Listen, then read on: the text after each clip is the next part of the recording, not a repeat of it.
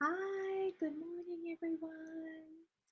My name is Miley Uehara, and I'm the Chief of Enrollment Management here at the Silicon Valley International School. I'm going to give it a quick second as I know there's a delay in what I'm saying and then what is actually appearing in the live stream. So I like to give it a quick second or a few minutes here while it kind of catches up. But I hope you guys are having a wonderful morning here. This is our first morning session. Usually we do this around lunchtime or even in the evening. And so, we're trying to offer it at different times so that people can hop on at different times, depending on their schedule. So I'm really excited that you're joining us or making time for us this morning. So as we wait a little bit for people to join us here, we'll just go over some housekeeping before bringing on my guest speakers here. So in terms of like some housekeeping reminders or just things I want to share with you, this is an unlisted YouTube link. So please don't worry, we are not like live on the internet or on YouTube right now. It is being recorded for our friends that won't be able to join us today so that we can share it with them at a later time. We're going to share it to you in a different format. As you can see, this feels slightly different than what not YouTube, a Zoom is like. We figure so many people have Zoom fatigue these days, so we wanted to bring a different type of format to our families. And so we're bringing it to you in almost like a talk show format. You're going to see on your right hand side that you will be able to leave us comments as we kind of go through here. I do see somebody has popped in their name. So thank you, Faith, for doing that. We appreciate seeing who's here because we don't see you unless you like tell us what your name is. So thank you, Faith. I appreciate that. And if anybody else has just joined us, if you can pop in your name in the comments, it's wonderful to see that. Hi, Tom. Hi, Vanessa. So these comments on the right-hand side are public. People will be able to see them. Our friends that will be watching back on the recording will be able to see them too. So it's always, I always, as I like to tell my children, be nice and kind, especially when we're talking about public comments. And then we will have a question and answer period at the end of this session. But please, as we talk about things along the way, we are able to see the comments that you're leaving. So we'll try to interweave. Today I'm going to be bringing in two of our academic deans, Cindy, who is the academic dean of our Chinese program, and Liz, who is the academic dean of our English program. And they're going to be sharing with you a little bit about our program. So let me bring them in right now. And I'll take a quick few seconds here. And we appear very big in this format, and it's always startling for us. So we're going to make it this format because we feel a little better when it is this format and we're not so big and in your face. But Cindy, I would love it if you could share a little bit with our families, your background and your association with our school and how long you've been here. Yeah, hi everyone. I'm Cindy Chen. I'm the Chinese academic dean here at International. I've been here, this is actually my 11th year. I started at the school as a fifth grade teacher for several years. And then there's a few years that I was actually a third grade teacher as well as a fifth grade and a fifth grade as well as a sixth grade. And then a few years ago, I started to become a part-time curriculum coordinator, really working on pedagogy and Chinese curriculum. And now I'm the academic dean, which my job still remains pretty much the same, but then I really overlook at curriculum through preschool, 3-year-olds, all the way to middle school, and also in the future, high school. And hi, Liz. Liz is our English academic dean. And Liz, if you could share a little bit about yourself too. Yeah, sure. I'm Liz Evans. Nice to meet you all virtually. This is my 6th year at International. I started as a math specialist, and I have taught across 3rd through 5th grade at International and kindergarten a little bit. Now I'm an academic dean for the English program. So similar to Cindy, but in the English program, I oversee the curriculum and the teaching and learning preschool through 8th grade. And I know I glossed over, and if you just joined us, you probably are wondering, like, who am I? So I'm Miley Uehara, and I'm the Chief of Enrollment Management here at International. So I handle admissions for the school. I have been with the school since 2002, which is like, I don't even want to do the math and how long that is. But I absolutely love the school. Once I have an opportunity to sit down with the family conversation, I could gush for hours about my love for the school. I do have two children. My oldest, who is now in high school, did graduate from our school, and she had the distinct pleasure to have Cindy and Liz as teachers. And my son is in middle school. He's in sixth grade now, and did he have either of you? I don't even know For along design, the yeah, way. a little Yeah, for bit. design, yes, he did. He did. So I've worked with these ladies for many years, and I'm just so delighted that we can bring them here to share their experiences and share our Chinese program with their families. So I'm gonna like guide you guys very quickly while I share a little bit about the history of our school with our families. And so I wanted to share, a little bit about, who we are and how we got to where we are right now. So the school was established in 1979 as the Peninsula French American School. It was in 1996 that we added the Chinese program. So we are the third oldest Chinese program across the United States. So we really do bring that expertise in bilingual education that families are really seeking, as well as international education. In 2020, we kind of had a really big explosive year. Now, so many of you that I've been meeting, and I've probably had conversations with you, for maybe a year or two, even. Sometimes we have families that come to us with their little ones, but you might have known us or heard about our school as the International School of the Peninsula, and we had that name since 1996 when we added the Chinese program. However, it's so interesting when it comes to that name because outside of the Bay Area, whenever you say the peninsula, people are like, which peninsula? Where is that? And so we really felt that we wanted to um, put put an identifier to really where we are. And so, thus, in February of 2020, we rebranded ourselves as the Silicon Valley International School, or International for short. And then in August of 2020, we merged with the Alto International School. And the main reason for that is that they were the only other international baccalaureate school down the peninsula, and there are so many philosophical similarities, between our schools, our approach to search education, and what we really believed in, and what we both of our programs wanted to do was offer a premier international baccalaureate world school experience for our families as young as preschool all the way until 12th grade, offering them the diploma program. And so we merged, and now we are a school that offers French, Chinese, as well as German, as well as the International Baccalaureate Diploma program in high school. And we are the only International Baccalaureate World School from preschool through 12 down the West Coast. So we really are offering that premier experience for our families. And I am so excited that we're able to offer that to our students, to our families, that you can join us and you'll be done. You know the diploma program and what we can offer to your families. Now, one of the things that I always point out to our families is to really think of us a little bit more than just a language school. And sometimes families, when they come to us, they find us because they've Googled bilingual program or bilingual Chinese program or Chinese school. And that's how they find us. And that's wonderful. But I always encourage families to think of us more than a language school. And here's why. We like to say that becoming bilingual and biliterate is a consequence of our education. It is not the sole goal of our education.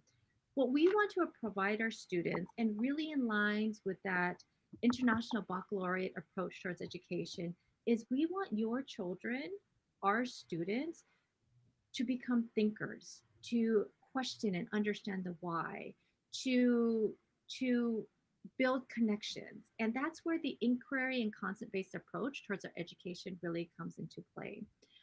In today's world, we have Siri, Google, Alexa, and much to my dismay, which I just found, well, no, I found out last year, but actually seen it in action, kind of like, I was like, oh my goodness, is now they have like applications, like math applications, where are apps on your phone. You can take a picture of a math problem and it tells you the answer. Like that's available to students. That's technology for them, right? So what we want for our students is not to just spit out the answer, but to understand the depth and the why behind it. And that's a lot of what Cindy and Liz are going to be explaining to you, is that approach and philosophy that we have towards education.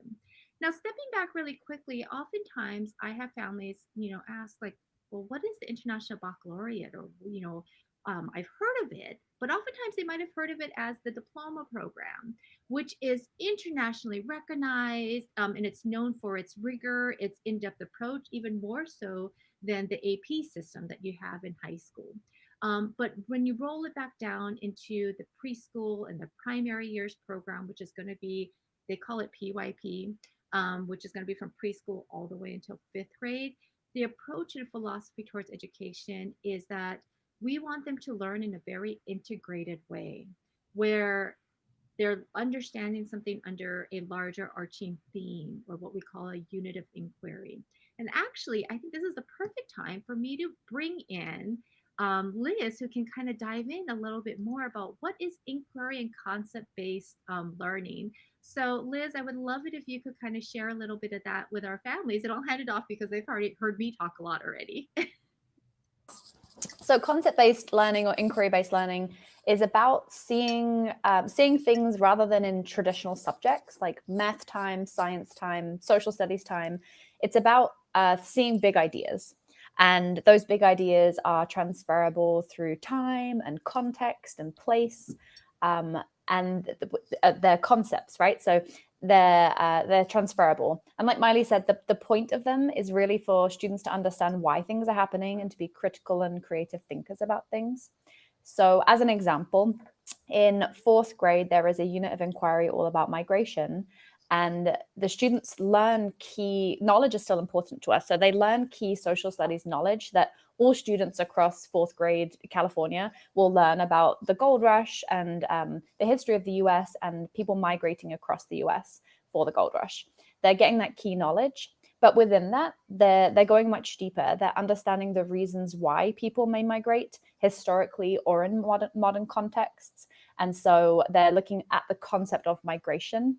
And they compare and contrast historical and modern migration in English, and then in Chinese or French, they're looking at the same concept of or German soon, the same concept of migration, but they're going into different areas of knowledge and different skills, perhaps. And so in that example, while the English team are looking at maybe comparing and contrasting Syrian migration with the gold rush and the reasons why people were migrating during different times, whether it was economic or for safety or for war.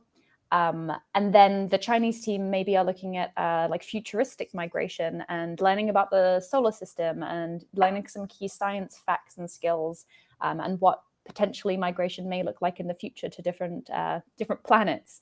And so we're all looking at the same concept of migration, but every language is looking from a slightly different lens.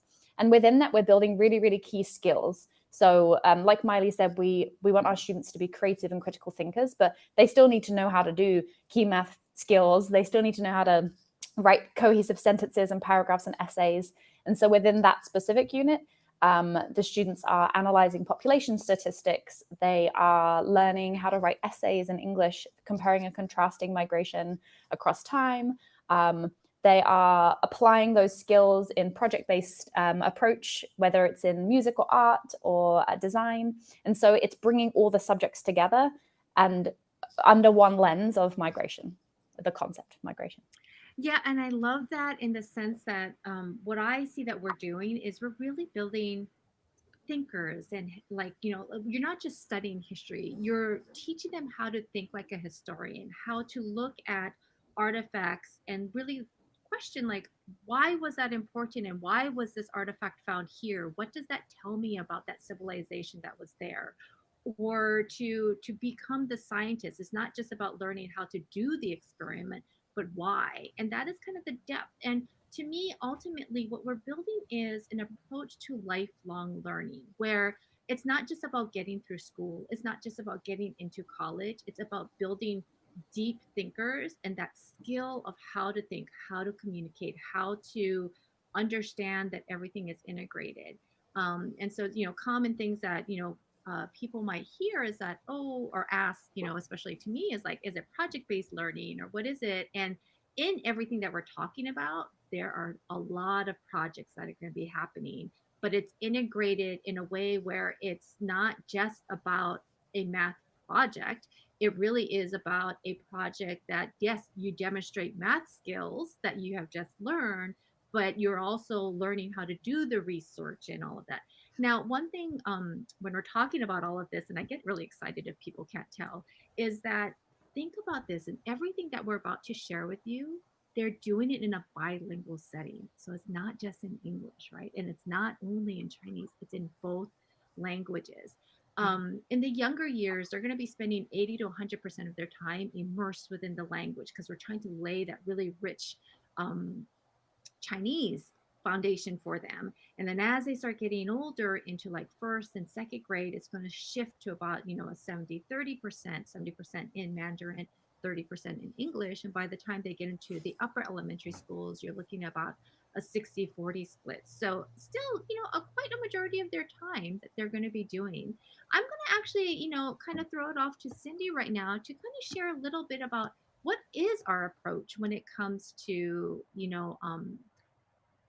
teaching through another language. And I like to use that terminology very intentionally because it's not just learning the language, but it's teaching and learning through another language. So Cindy, I'd love to hand it off to you to kind of share your thoughts and approaches towards our philosophy and approach towards education.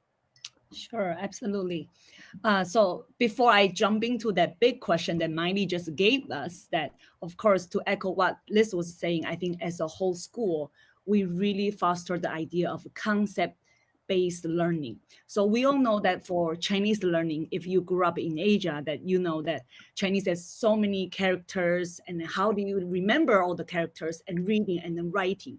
So we grew up in a situation that we have to just copy the characters or just memorize the characters, but without really looking at the language or looking really just to, diving into each character and to see if there's really any pattern there that we can really be curious about and asking questions about why these characters look similar and why these aren't.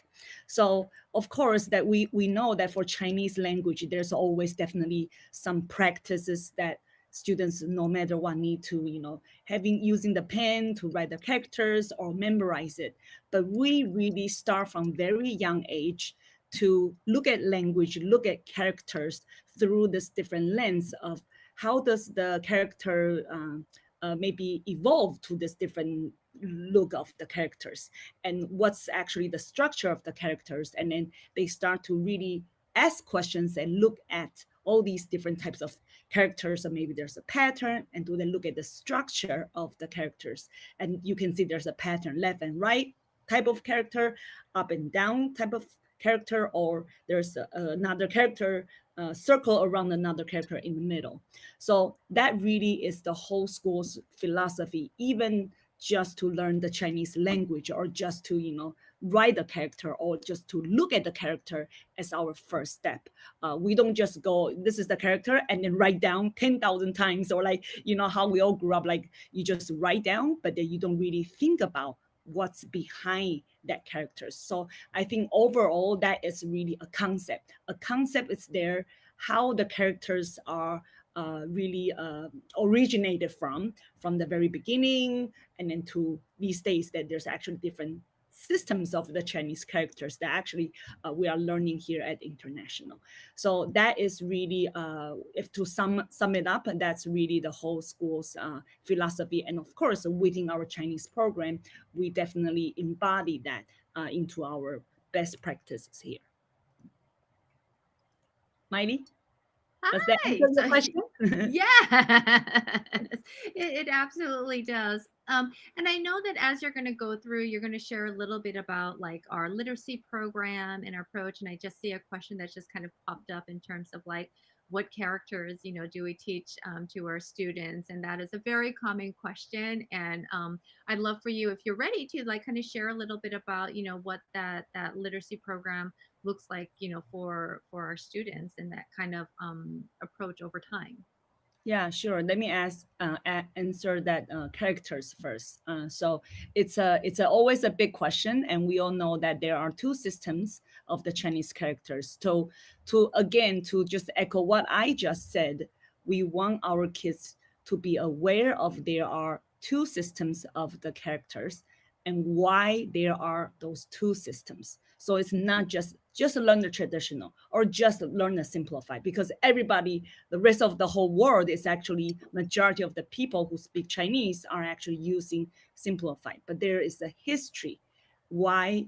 So we don't just do the how, but we really ask the kids to think about the why. So that's why starting in our youngest grade, that we start introducing and teaching all traditional characters till third grade. That's really our official cut year, that teachers are formally going to introduce the simplified characters and then look into the patterns, and then they come up with maybe their observation, this kind of radicals become this type of radical. And in fourth grade, they are going to write, anything input will be more simplified, and then output for their writing, they will be really a mix of traditional and simplified, which is really really normal.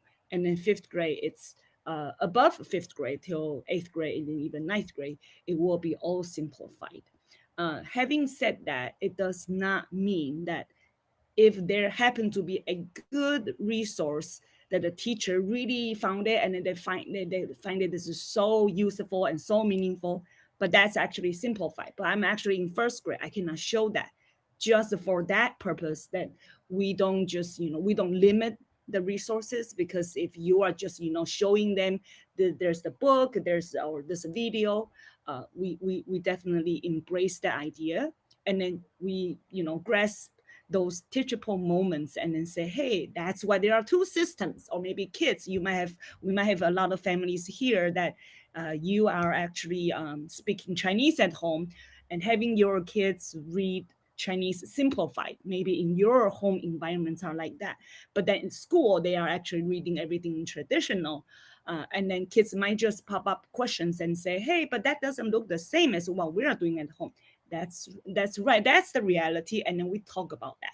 But from the curriculum perspective, that's our curriculum, because again, we want the kids to understand why there's a change. And again, change is another concept as a whole school, that why is there a change.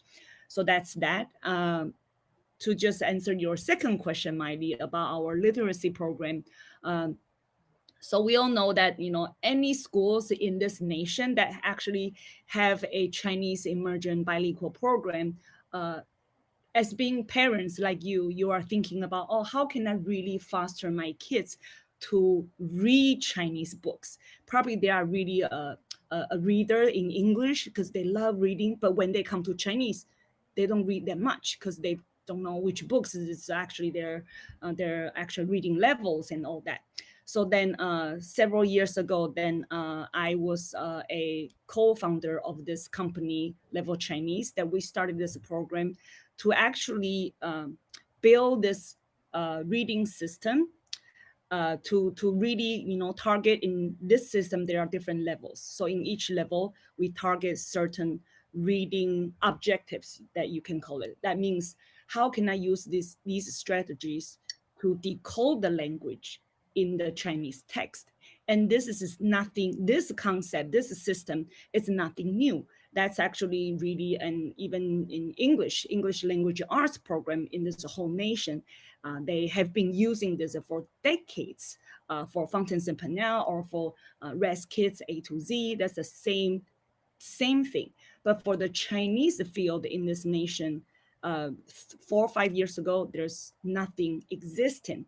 Actually, for the audience here, the needs here in this country, so we started building this kind of program.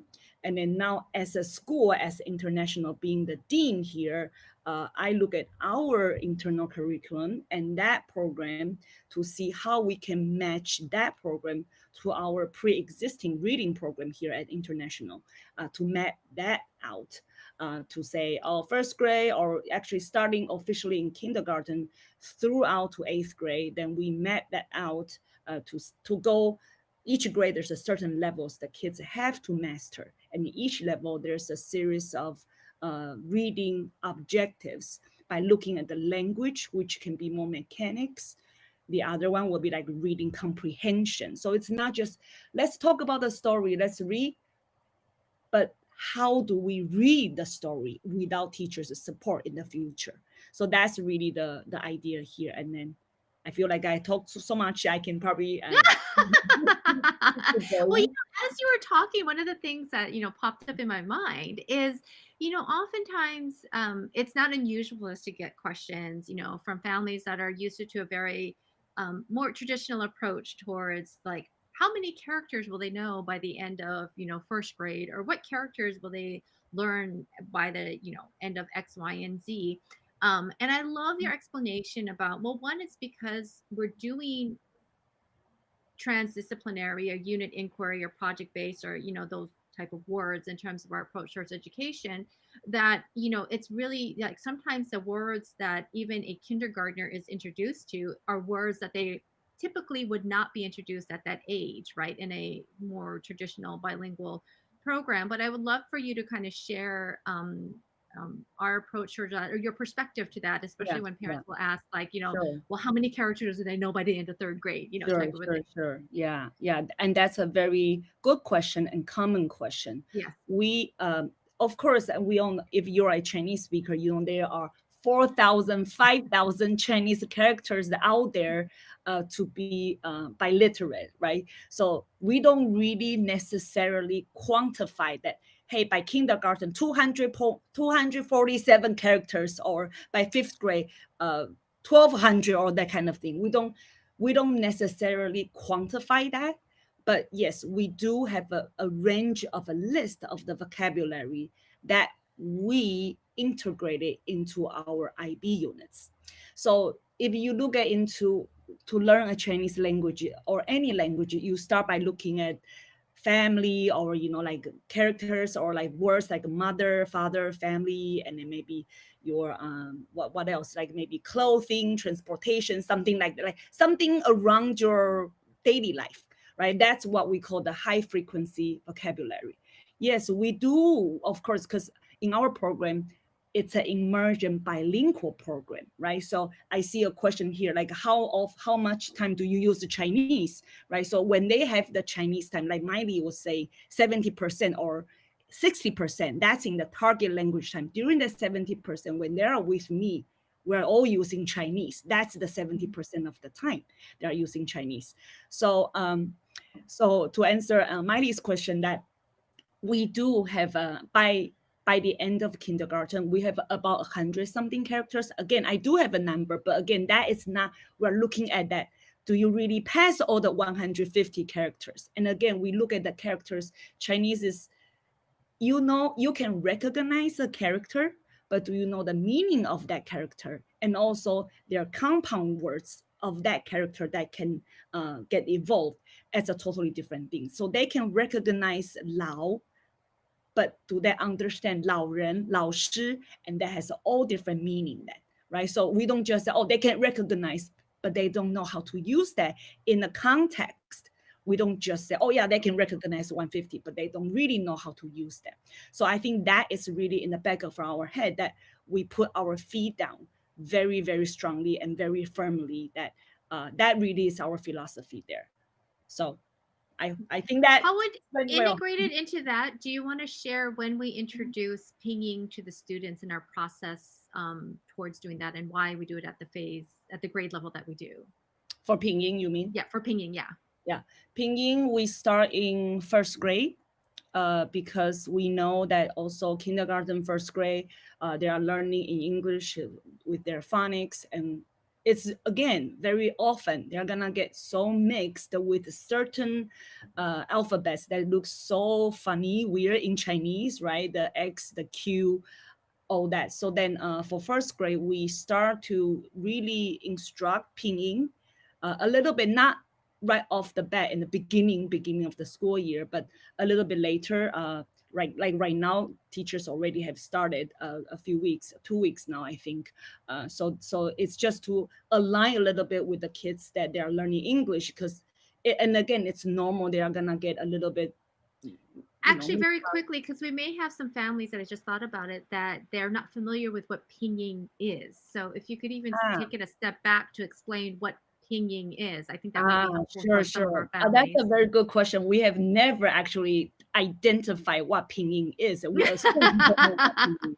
Now, so pinging is the alphabetical system, particularly just for the Chinese language. That actually in China, that teachers and students, people are using for pinging. In other region or country, Taiwan, we don't use pinging in there. But it's really just the alphabetical system, if you put it that way. But their spelling is different from the language in English. So that's the pinging system. So they need to learn the pinging, and then they recognize the characters. And also in second grade, they have to second grade, they have to reinforce the pinging system. We spend the whole year in first grade introducing pinging, and then second grade reinforce the pinging system. Third grade, they have to master because they have to type. And when it comes to typing, they don't just type one character. Again, they have to type by words. Yeah. So they So can the phonetic find the right translation word. of it. Yeah. Yeah. So that brings us actually a great segue point, I would say, is we were just saying that depending on the grade level, they could be spending 70 to 60% of their time immersed in Mandarin or Chinese with their teacher. And a common question that we get is like, what subjects do you teach within that language? And because we're teaching through the language, actually there is all subjects, many subjects are taught in both languages, and we can dive into that a little bit. Actually, we can do it right now. So, I mean, Liz, I would love you to take that question of like what subject matters are taught in English or in Mandarin, but then also kind of start to address, some of our families often wonder, like, if you're spending so much time in Mandarin, will their English fall behind, or what does that path look like for them? Yeah, so as we've been talking about with concept-based learning, there isn't like a specialist who comes in to teach math or to teach science. The homeroom teachers, so the English and the Chinese teachers, they teach all of those things because they're all connected. They all weave together within the concepts. And so, sorry, there's a little bit of noise here. There's some construction going on somewhere. And so the homeroom teachers teach English or like language, reading, writing, oral language. They teach math, they teach science, social studies. The Chinese teacher teaches design in third through fifth. They teach computer science starting in first grade. And so our specialist teachers are limited to music and art. And those are also taught in the target language, so in Chinese. And that's a teacher that teaches across our school. So they know all the students, which is lovely. And to jump into your question, the English program, because the students aren't learning 100% of the time in English like they would in a monolingual school, it does feel a little bit different to a monolingual school because the students are learning two languages. They're laying the foundation of how to be a learner in two languages, and they're building their thinking and analyzing skills in two languages. And so our reading and writing program, formally, we work on a lot of pre-reading and writing in the early years, so preschool, pre-K, and kindergarten. And they build some key phonics skills in kindergarten. And then we start formally learning how to read in first grade. What we see is that our students, they're on a slightly different path, maybe to a monolingual peer school. And so we don't see them as behind, but we see them as learning a little bit different. It's a little bit wiggly, maybe. And in first and second grade, they're just navigating their brains in two languages. They're figuring out how to process in two languages, how to analyze and think in two languages, how to dream in two languages. I love that my students tell me about dreaming in Chinese. And then in third grade, we see things start to even out. And they're figuring out how to do all those things in both languages. And in fifth grade, we see a huge click. And actually, when we look at our standardized test results, we do standardized testing in third grade and fourth, fifth, all the way up to eighth. We can see that in third and fourth grade, it's starting to even out and they're figuring things out. In fifth grade, we're on par, if not a little bit above, with monolingual schools. And by the time that our students are in middle school, the average student is achieving above a monolingual peer in a standardized test. And so we get to the same result in the end, if not we're a little bit beyond the same result as a monolingual school, but the path is a little bit different. It's a little bit wiggly along the way sometimes. Yeah, I always like to give the example where it's, I could take a flight, get on a plane and take a flight to Seattle, and I'll get there the same destination that just, probably even quicker. But if I take a train, or if I'm really adventurous and I decide to take the hike all the way from here to Seattle, like that experience, that journey, and the richness of that I'll have through that journey will be so much more. And that's almost what a bilingual education feels like. Is there's a depth of richness that they get because it's bilingual, biliterate, bicultural environment that they're learning in. I do want to share with our parents that we are quite transparent that when you look at our kindergartners, they are doing pre-reading and pre-writing in 2 languages. We are laying that very solid bilingual foundation for them. And so that in comparison with an American school will be quite different. So that's where some of our families see probably a difference, in terms of, especially when it comes to English reading. But by the time they're getting to first grade, middle year, first grade, definitely second grade, they are like, in terms of their vocabulary, they have very deep, rich vocabularies, but it's spread across 2 languages. And so you're kind of seeing those differences. And so around third grade is when we do tell the parents that we see them in that standardized test that they are at par, if not slightly below, but it's because more of the nuances of the English language that they might not have been able to have been exposed to. And great examples of that is like this was several years ago when they were taking and reviewing like the ERB test, like, could a student tell the difference? And I think there was a passage about like a boy playing hooky. Like, is it hooky or hockey? Can you tell the difference? There's a passage all about a chickadee. Can you infer what a chickadee is by what is given in that? And for some of our students, they're able to pick up on those inferences, but because they're still thinking in a bilingual environment, maybe not exposed to that particular vocabulary on a standardized test, you might see, that's where the difference is. But by the time it's fifth grade, again, what Liz said, they are at par, if not above. And what is beautiful about that is I tell families all the time, think about that. On a statistical basis, taking away, you don't know where the children have gone to school, you cannot tell the difference between our students and one that has just gone to an American school. Statistically, they are the same, if not stronger. And then you take a moment to pause and you think about everything that Cindy just said and everything that we're talking about that they're learning in a bilingual environment, still spending a majority of their time learning through another language. I mean, that's phenomenal to think about what that student can achieve, and it's just a wonderful environment for them. And is when you were talking about dreaming, it made me giggle a little bit because I just remembered Emmy, that's my daughter. She must have been about second grade, and she went to a sleepover at my girlfriend's house, and her daughter's the same age, and she woke up in the middle of the night saying a bunch of things like in Mandarin because she was dreaming in Mandarin. And my girlfriend's like, I think she was okay because then she just went back to sleep. And she's like, I have no idea what she said. But I thought that was kind of funny. I'm like, and like to Liz, I was like, yay, with that. So Liz, a common question that we get, actually Liz and Cindy, is, what does the math program look like? Math is, very important to our curricula and our thoughts and approaches to it, but I would love either of you to kind of take on, what does that look like at our school? Sure. Do you want to jump in first, Cindy, and you can add if I forget anything? Sure. Yeah. Okay. Yeah. So math for us, as with everything we've been talking about, is taught through inquiry. And so sometimes there are these beautiful connections to what the students are learning about in their unit of inquiry, like with migration, right? The migration example we used, they were analyzing population statistics. And so they could really understand big numbers, and they could learn more about place value by understanding big numbers. But some key math skills, they don't fit so neatly into those concepts. And they're really important for our students to master still. And so our curriculum was built with the backbone of Singapore math. And so we use the Singapore math resources, we use the Singapore math curriculum, and then we add a little bit more richness on from the French curriculum, which is very rich in geometry. And so our students have a really, really nice geometry understanding in addition to the Singapore math. And if you're not familiar with that program, it's very inquiry based. but essentially the students begin with learning hands-on. They have manipulatives, they're learning with real physical life objects. And then once they've mastered that, they move into learning with picture-based. So they move into a pictorial form. And once that's comfortable and familiar and they understand that process, then they move into numeric and abstract. So then that's when they learn formulas.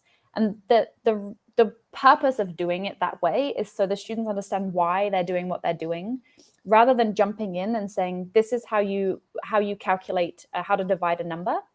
They don't learn the formula first. They physically would divide objects, and then they would move into looking at a picture, or a bar model, and modeling something, solving a problem visually, and then they move into the formula. And so they, exactly like we were saying with other things, they get to the same place, but they're understanding why they're doing certain things, which means the learning is much richer and much more meaningful, and it helps them when they get to more complex math equations, math concepts later in middle school or high school. If they understand why they're doing the basic foundation of math skills, they really can master higher level math skills and math thinking much easier.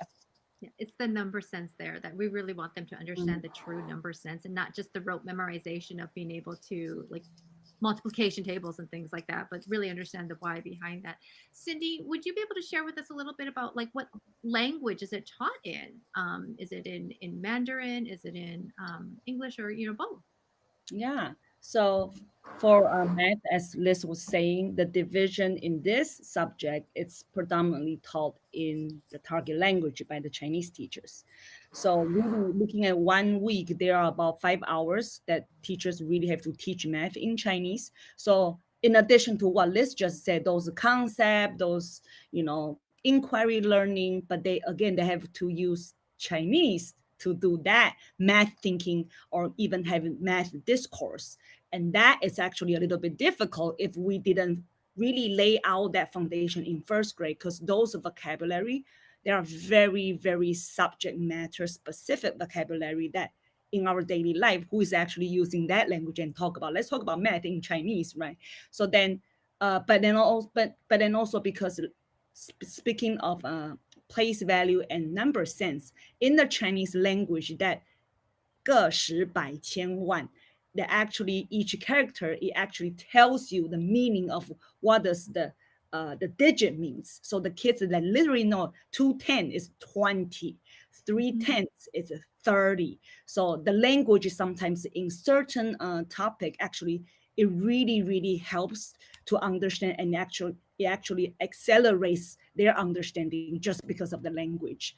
Vice versa, maybe certain vocabulary, maybe in English, maybe Chinese doesn't support as much, but a lot of the number sense or geometry actually in Chinese, actually the language itself just tells you all. And then again, as we are a bilingual school, and that's again to really broaden and increase their Chinese reading and fluency, even in the target subject matter. So I think one thing that parents, I think it's helpful for parents to know is that we're not duplicating like between English program and Chinese program. They're not doing and repeating the same things. Yeah. It's very much integrated in their approach. And so every week for at least 2 hours a week, if not more sometimes, the teachers across a grade level are meeting together with our primary years program coordinator, like an IB coordinator, to help them design what their unit or what their theme that they'll be doing for 6 to 10 weeks really looks like. And so we're bringing together the Chinese teacher, the French teacher, and the English teacher, and soon to be for school, so then the German teacher, all together to plan their units together, so that in first grade, all of the students for 6 to 10 weeks across that grade level are doing all the same, or inquiring and learning about the same concept. And what that really does is allows the teachers to be very intentional about what they are teaching and how they are teaching, and to know that, oh, Cindy is teaching our students right now about area and perimeter in her math class, and of course, multiplication and division. Well, now in design time with my English teacher, I want them to, and going back to the fourth grade project, I want them to design what a refugee camp looks like, because that ties into migration.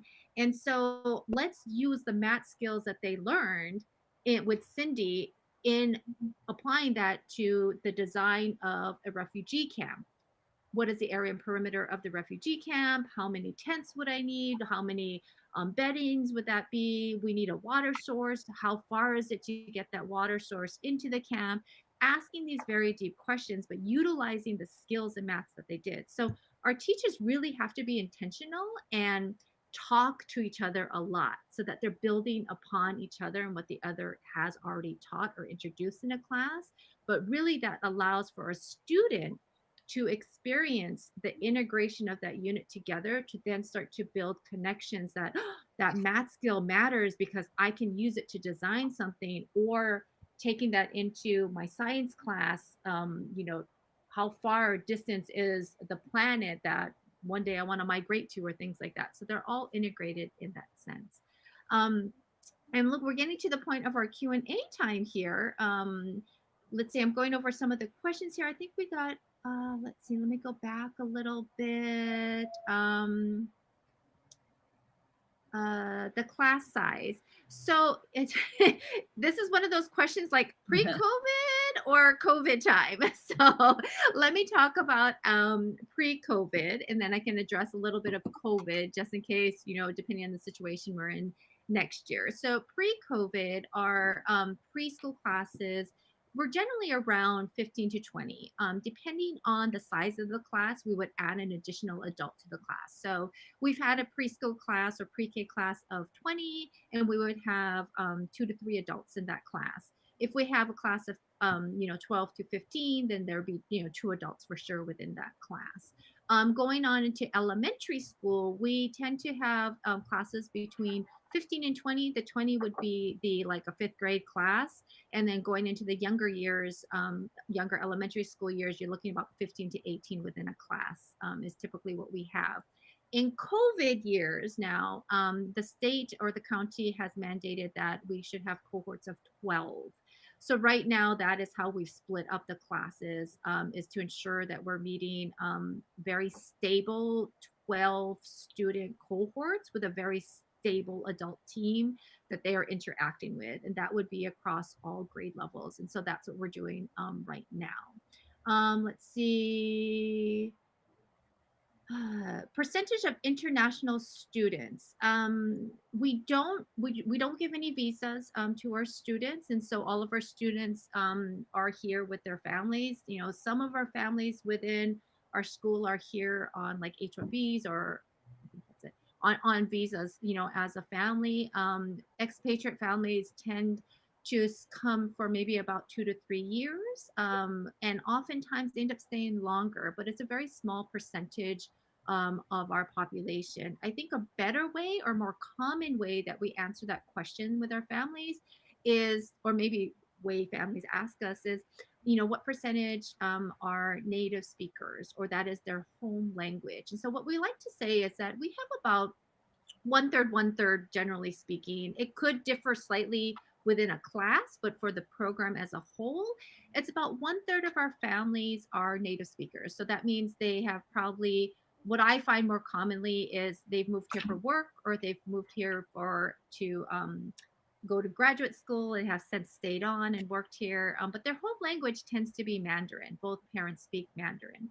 I do have then another 1/3 of our families where at least one parent speaks Mandarin, but the other parent does not. They might speak another language. So it varies on what that home language is, because it really depends on the structure in which they've decided for their family environment. If one parent speaks Mandarin, the other speaks, let's say, English, or is it just English in the household? And it really depends on the dynamic of that household. And then we have another 1/3 of our families within the program where they're speaking another language at home. And interestingly enough, we have like French families that are in our Chinese program, Russian, Italian, and of course English households that are in the program too. So it's kind of a 1/3, 1/3 split. And it does vary. I would say we might have some classes where you might have a larger percentage of one of those. But I hope that information was helpful to you.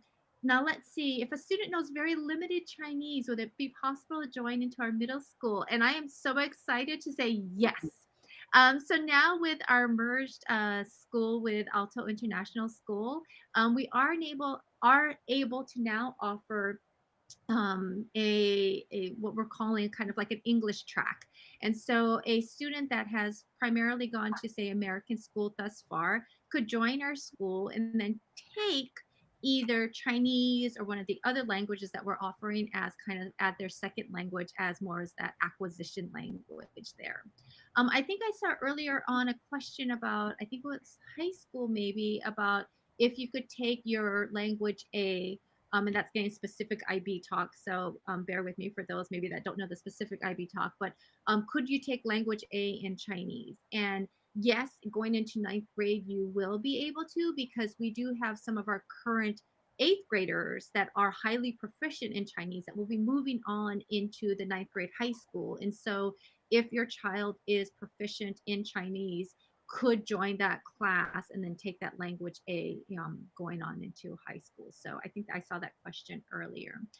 So the diversity at international. So what we like to say is we are, especially in comparison with other Chinese schools, really consider ourselves to be a multicultural environment, which is why families really do truly join our schools. They're looking for that really rich multicultural environment. And a lot of it has to do because we have the French program at our school. So we tend to attract families that are really looking for that multicultural rich diversity at the school in terms of language, in terms of cultures.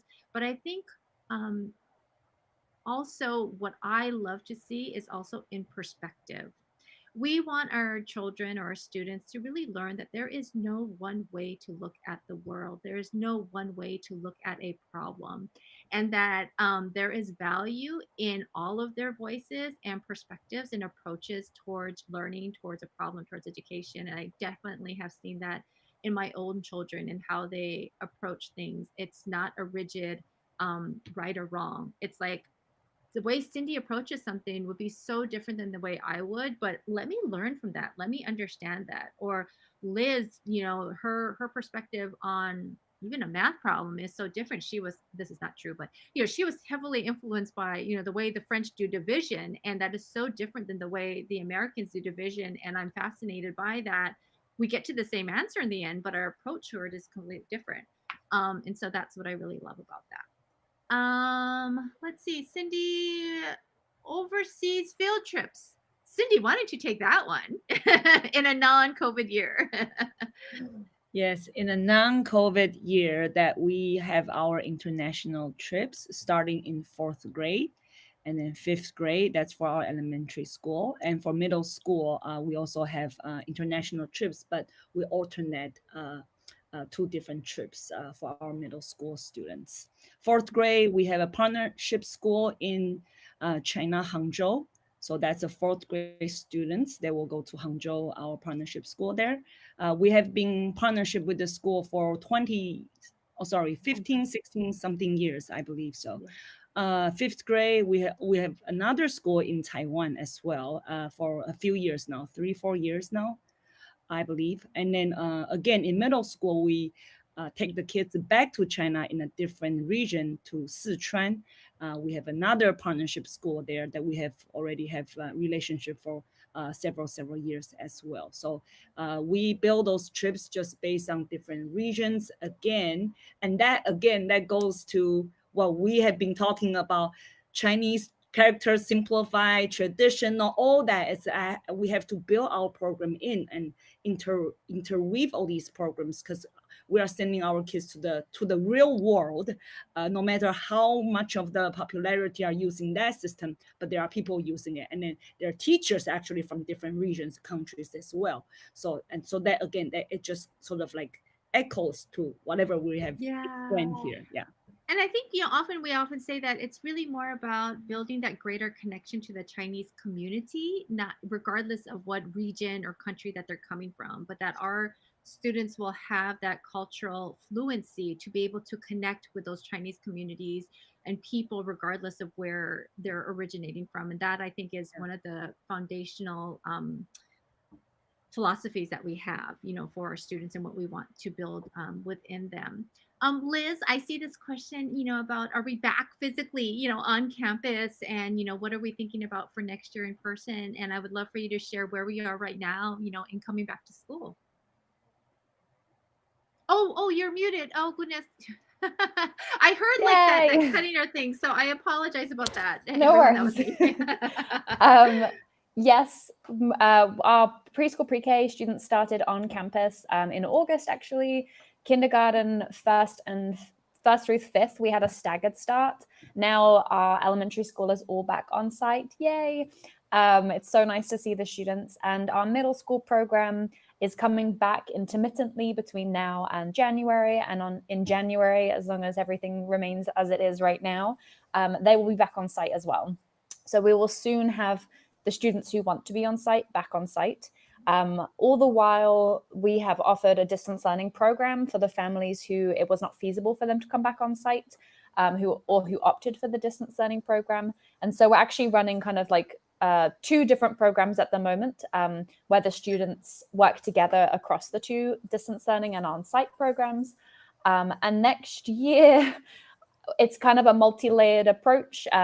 We're planning and hoping that we're going to be back to somewhat normal, while knowing that there could be regulations in place, where it's kind of a wait and see game for that. Yeah. But yeah, we'll have like a plan A, plan B, plan C, probably through like F or G by the time we finish planning. We've gone through so many different plans and iterations of coming back and how to come back, and so I think our perspective is absolutely we want our students to be back on campus, especially for the start of next year. I think it does depend on all of us kind of seeing where we are and what phase we're in this pandemic. But we do firmly believe, and I think for many of the families, that if we're able to be on campus, that in a very safe way for all of our students, that's what we want to do. And keeping in mind that we are also, faculty and staff, we are getting tested. We're offering on-site testing for our faculty and staff every single week. We're putting protocols in place for the students. And so really ensuring that we're creating a very safe environment for everyone. Let's see, Cindy, do you want to, and I'm looking at the time, so I'll probably take the last two questions that I see typed up here, and then we'll probably have to end that. But if you have any more questions, of course, you'll be able to email me, and I'd be happy to hop on a call with you also. But Cindy, would you share a little bit of background of where our teachers are from? Sure. Yeah. For our elementary, middle school teachers, a group of them, their background, their training was really elementary school education or middle school education in their home countries, in China, in Taiwan.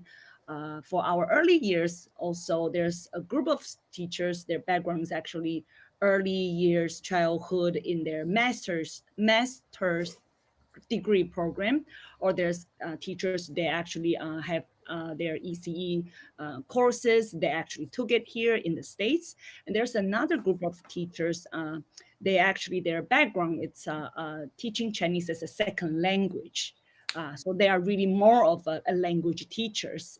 But they prior to joining to our school, our community, they had already worked in an immersion setting here in the station.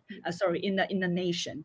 So that's why, although they are not really elementary trained or middle school trained in their back home countries, but then they had already experienced teaching in the bilingual settings around this nation. Yeah, many of them did like their graduate work or within the United States here, and then worked within immersion programs. I think what's more important to us, in addition to of course their education and their background, but more important to us is that they can really understand and understand the value of our approach towards education, because it is so different than what many of them experienced as a student themselves growing up, say in China or their home country, that they really understand the value of our approach of inquiry based and concept based education. Because that, I think, is when you have as a student, if we think about when we were little, the teachers that embodied and were enthusiastic about what they were teaching and the way what they were teaching, we as students and what we want for our students will learn in a much richer environment. And so really having teachers that can teach in that inquiry and concept-based approach is really, really important to us, and that's what we're looking for in our teachers. And the last question here is, Oh, Miley, can I jump in? There's one question above about science and STEM. Oh, yes, yes, go maybe ahead. I can just jump on that. Yeah, of course. So the question is, what's your approach to teaching science and STEM subjects? And so we have a science curriculum, and our units of inquiry were designed to embody our science curriculum and our social studies curriculum and all our other curriculums. They existed before we developed our units of inquiry. So some units will be very, very science-based and science-heavy, and they're gaining all the key science skills and science knowledge within those units.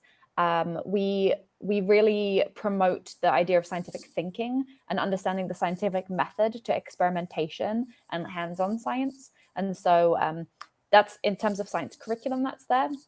And then in 3rd grade through 8th grade, we also have a design curriculum where they're applying a lot of the learning they're doing in math or in science to creating projects, although the process is the most important part.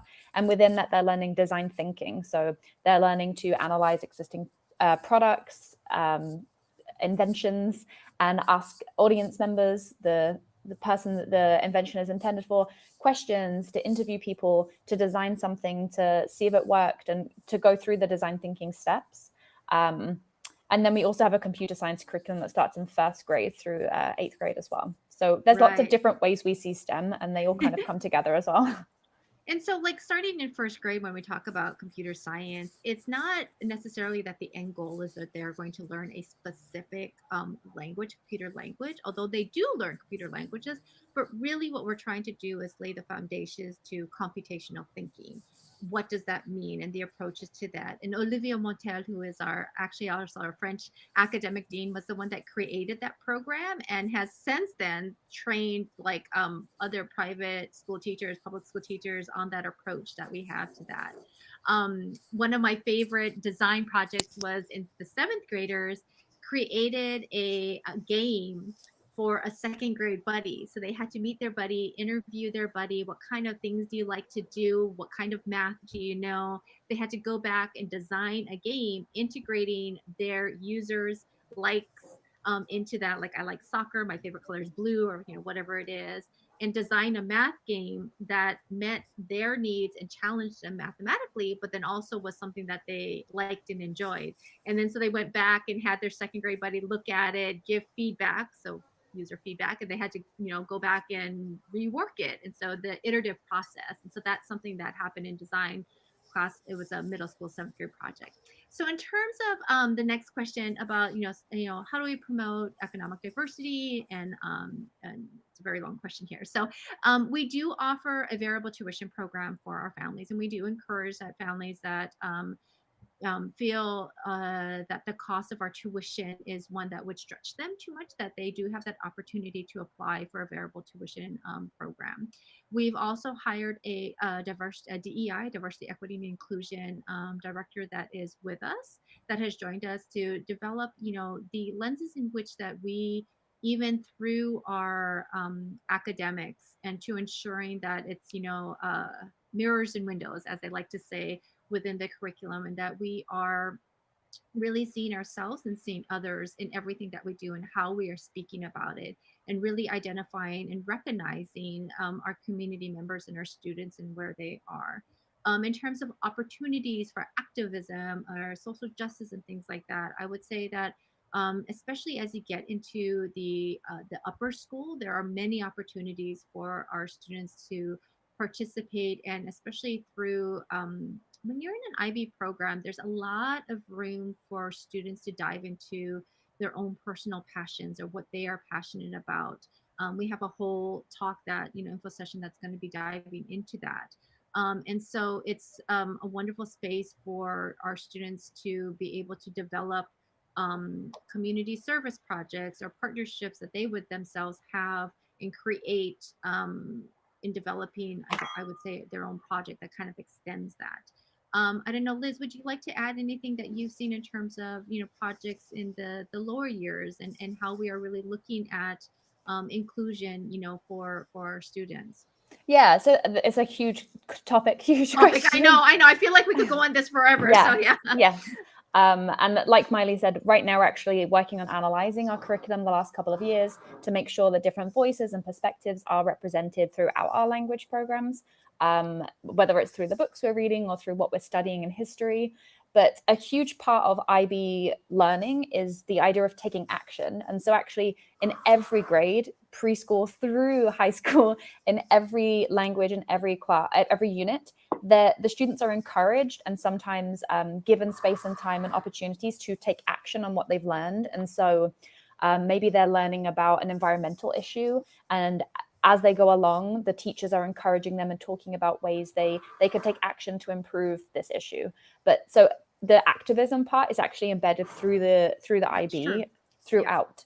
And then, like Miley said, there are some key times where the students are really given time and space for that. So in 5th grade is the end of their PYP journey, and there's a whole unit of inquiry which is dedicated to what's called exhibition. And within that, the students actually choose their own unit, essentially. They design a big idea that they are passionate about, that they want to take action on, something that they want to improve. And a lot of our students in the past couple of years have looked at issues with race or gender inequalities.